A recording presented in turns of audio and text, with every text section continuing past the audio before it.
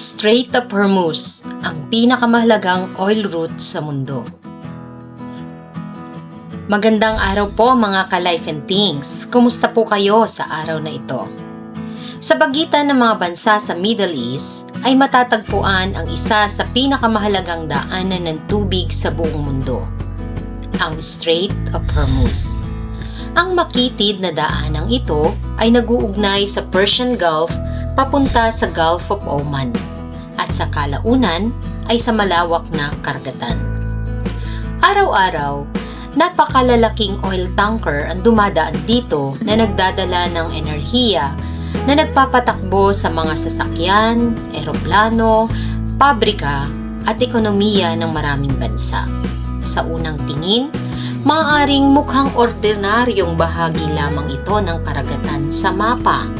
Ngunit sa realidad, napakalaki ng papel ng Strait of Hormuz sa pandaigdigang ekonomiya at politika.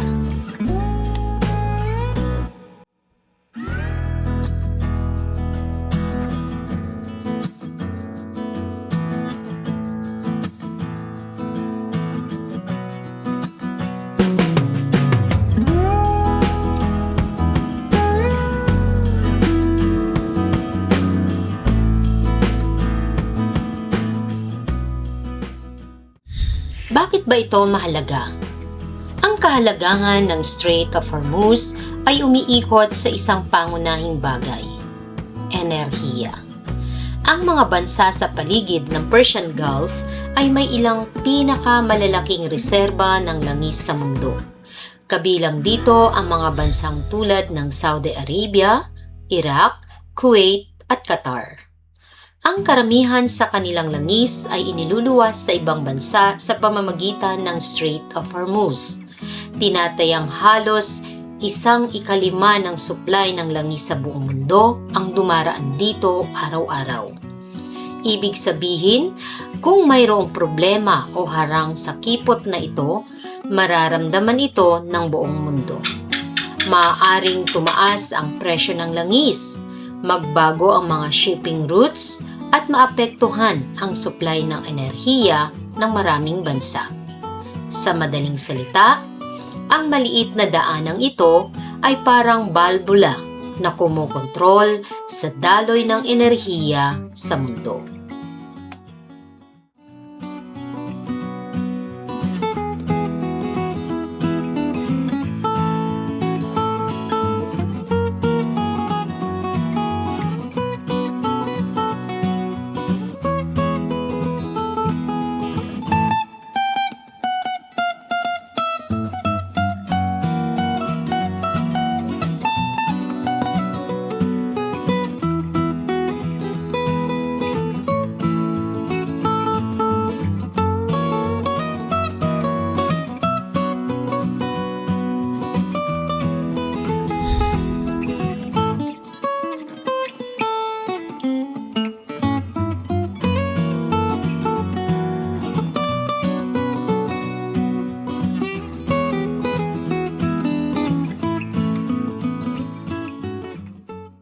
Ano ba ang kasaysayan at mga tensyon?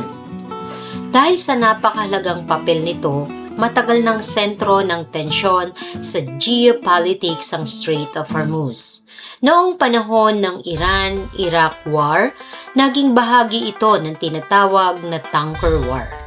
Sa panahong iyon, inaatake ng magkabilang panig ang mga oil tanker na dumaraan sa rehiyon upang hadlangan ang export ng kanilang kalaban. Sa mga nakaraang taon, ang mga tensyon na may kinalaman sa Iran, Estados Unidos at iba pang bansa sa rehiyon ay patuloy na nakaapekto sa seguridad ng kipot. Madalas na nagbabantay dito ang mga barkong pandigma upang tiyakin ang kaligtasan ng mga komersyal na barko.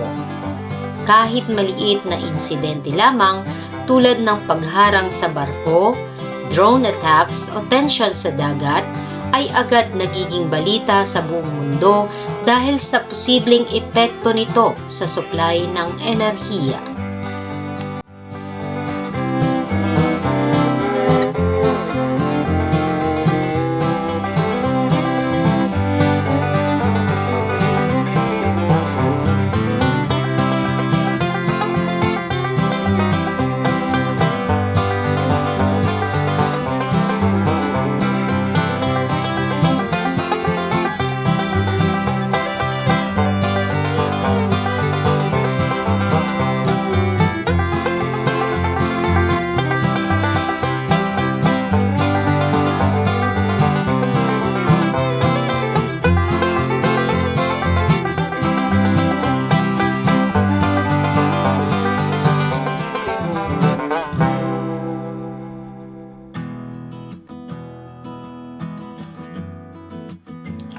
Ano ang mangyayari kung ito ay maisasara?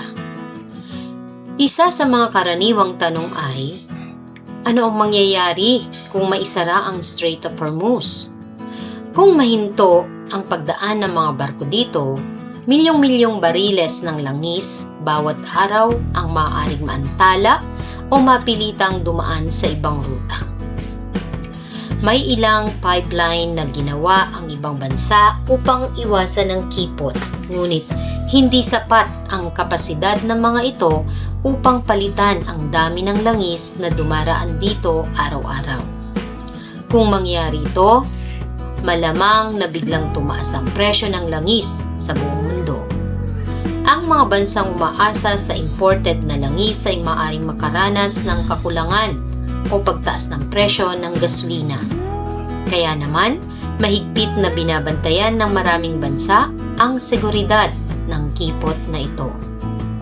Ang pagpapanatiling bukas ng Strait of Hormuz ay napakahalaga para sa katatagan ng pandaigdigang ekonomiya.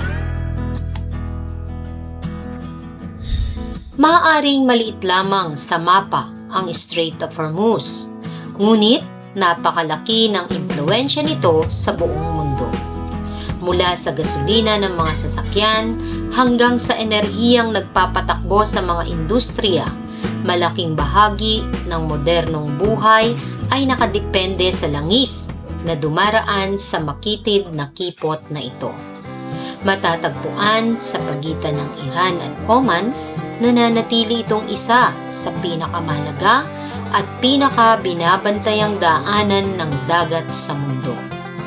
Habang patuloy na tumataas ang pangangailangan ng mundo sa enerhiya, malamang na mananatiling mahalagang bahagi ng pandaigdigang kalakalan at politika ang Strait of Hormuz. Sa huli, ipinapakita ng maliit na bahagi ng karagatang ito kung paano maaaring baguhin ng heograpiya ang ekonomiya, seguridad at hinaharap ng buong mundo.